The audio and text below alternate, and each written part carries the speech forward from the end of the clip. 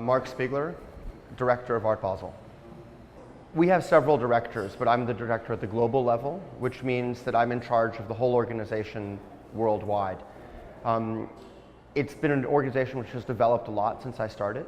I started in 2007, so I just passed my 8-year mark. And in the time that I've been there, it's grown from being roughly 15 people to being more than 75 who are working actively on a day-to-day basis, including the full-time staff, but also a lot of people who work for us, all over the world, representing us with VIPs and press and that kind of thing.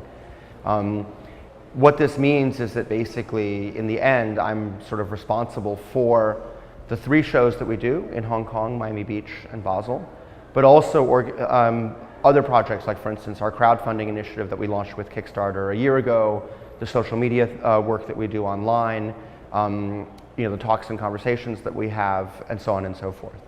I think Art Basel has a couple advantages when it comes to the art fair environment. One is the fact that we do 3 fairs which cover 4 continents, in the sense that Hong Kong covers Asia, Basel covers Europe, and Miami Beach covers both North and South America. One of the things that I think has been really important to Art Basel is that we constantly try experiments. We're willing to fail. Sometimes we do things that don't work, but sometimes we do things that really work, and then we can carry them over to the other shows. And I think one of the real strengths that we have is that we've tried to stay very close to the artists and to the younger galleries. So, for instance, when people say to me, where is Art Basel going to be in 5 years? I say, go to the studios of the artists, because wherever the artists are going is where we will have to go. A few examples from the past. In 2000, we introduced the Unlimited sector, which was a place where, for people who know the show well, obviously you know this, Unlimited is a place where works which don't fit in a traditional fair booth have a space within the context of an art fair. These works may be huge videos, they may be huge installations, they may be works which are loud or smoky or smell funny or have huge lines. But the point is that because the artists were making this kind of work, it was important that we also had a place for it. Likewise, in both Miami Beach and in Basel, we have a lot of possibilities for artists working outside within the public realm. And we've also done a lot of work with performance and film, for example. So as the artists have gone into these areas, we have followed them and tried to make a platform for that work. To say where Art Basel will be in 5 years, you have to really look at the last 45 years. So in a sense, the first wave of Art Basel's existence within the art world was one that was primarily a sales platform. It was one that was focused on what was happening within the halls. And it was really about just connecting sellers and buyers. And that lasted from about 1970 to 1995. From 1995 to roughly 2010, Art Basel expanded its notion of what it should do to include the whole week. And so in a sense, it was a kind of impresario role.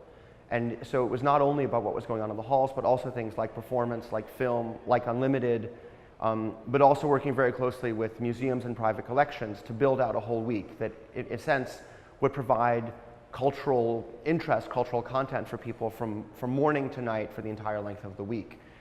Then roughly in 2010 and until now and moving forward, Art Basel is in what I would term the 3rd wave of its evolution within the art world. And this is a wave where, because of 2 things I would say. One is the importance of the internet within the art world and the importance that we gave the internet within Art Basel, but also the fact that we went to Asia and really extended our reach from just the Western Hemisphere into the Eastern Hemisphere. As a result of these developments, we found ourselves in a situation where we're dealing with 550 of the best galleries in the world, tens of thousands of collectors and museum directors and curators, but also where at the moment we have connections to over 800,000 social media accounts. And so the question is, what do you do with that in the context of an art world which is changing rapidly, and not always in ways which is great for our galleries and for their artists?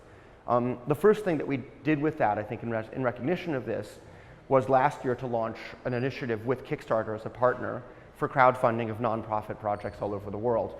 We've just passed the 1-year mark. We've raised, with Kickstarter, more than $550,000 US for 24 different institutions all over the world. Only one of those institutions is in a city where we do a fair.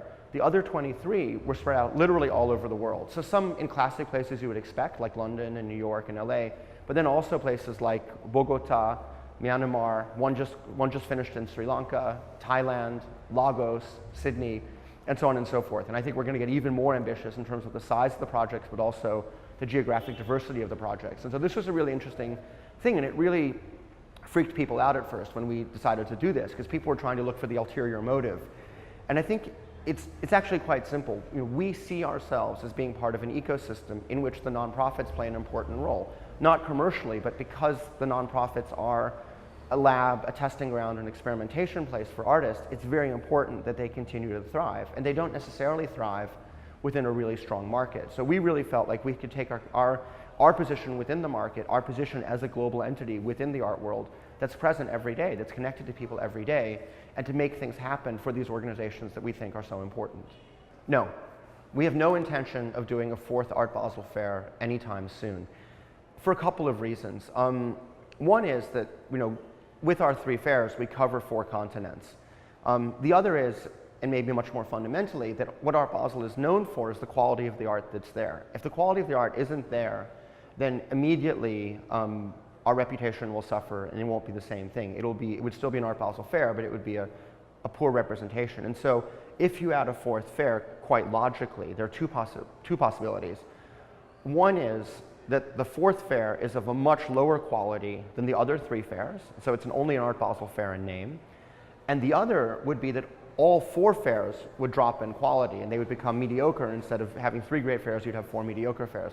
So obviously neither one of these is a possibility that we want to have happen. And so our real focus is what we can do between the fairs for the art world, for the galleries, for their artists, and not trying to do a 4th Art Basel fair somewhere else on earth. It's really hard to say how things develop. Obviously, I think one of the most interesting developments in recent times is what people call the boutique art fairs. Fairs which are much smaller than traditional fair have been. Some are as small as 20 galleries, maybe up to 70 galleries. And it's a very different model. Obviously, it's a fair that you can see much more quickly. It's also a fair that's much more focused. But economically, it hasn't always made sense for people. So the question is, on the one hand, this is a fair which can be very good for galleries and for collectors, but if it doesn't work for the fair organizers, it won't thrive. But that being said, I can imagine a world in which the big international fairs, like the Art Basel fairs, like the Frieze fairs, like FIAC or TEFAF, for example, will have a very important role to play, and so will the boutique fairs. And the question is more, what does the kind of mid-level regional fair do? What is its role within the art world? What is the value that it can give to the galleries? And I think that's something which people are wrestling with a lot, is how do you do a regional fair that makes sense for everybody involved? On the one hand, the art market gets bigger every day. On the other hand, it gets more varied and complex.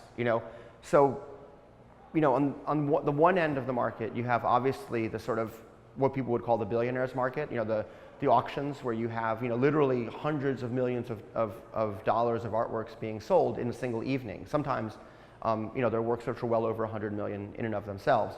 But you shouldn't get confused with this within the broader market. For instance, the data from last year shows that in 2014, 1,300 works represented 48% of the total market value of what was being sold. So basically, what you're seeing is that a very small number of artworks and artists are representing a huge percentage of the sales. But that's not what we do. Right? You're talking there about a few hundred artists. Each of the Art Basel fairs has thousands of artists that are present. And some of their works sell for over $1 million, but many sell for 5,000 euros or dollars or whatever currency you want to use. And we see our role as being to work for all of the galleries and all of the artists. But personally, I have to say, I think the place where we can have the biggest impact is for a young gallery. Someone like a Gentil Carioca at the beginning of their evolution, because what we can do is we can take a gallery which is very much developed in a market with the artists of that market and make them global, introduce them to collectors and curators from all over the world. And that's where I think the art fairs do what they do best. I think we cover a lot more ground than the auction houses do, for example. But even beyond the art fairs, you then have all sorts of projects where people are finding ways to sell artworks for a few $100s in large edition sizes. So I think it's very easy for the press to write about the billionaires and the private jets that are flying around and the champagne parties, but for me, that's not really what we do. Our job is not to entertain a very small group of people and help them to trade multi-million-dollar objects. Our job is to create opportunities for artists and galleries all over the world. And we can do that because we're covering 4 continents, because we're dealing with more than 500 galleries. And each of those galleries, we give the possibility of meeting potential patrons, collectors, museum directors, biennial curators from all over the world. And that, to me, is one of the most exciting parts of the job. When, for example, I remember a Mendes Wood gallery from Sao Paulo going to the fair last year in Hong Kong and telling me that on the opening day they'd sold more than a dozen videos to mainland China. I mean, the fact that you can sell a dozen videos anywhere is amazing, but the fact that a gallery from Brazil is selling them to mainland China is the kind of thing that really makes me excited about what we do. I understand why people take selfies. It's people want to position themselves within the world and all that kind of thing, but frankly, there's nothing I find more annoying than people using an art fair as a staging ground for selfies. First of all, they often do stupid things like walking backwards into the art. Secondly, they're blocking the view of people who might actually be interested in the art. And I think it's actually a very sad thing for someone to walk into an art fair full of amazing works and to only see them as backdrops to look good against their clothes. So, when I go to a fair, I think it's fantastic. We work very closely with Instagram, for example, and it's a wonderful thing for the artists and for the galleries involved. But, when an artwork is blocked by a person smiling and trying to show off their outfit, it doesn't serve anybody.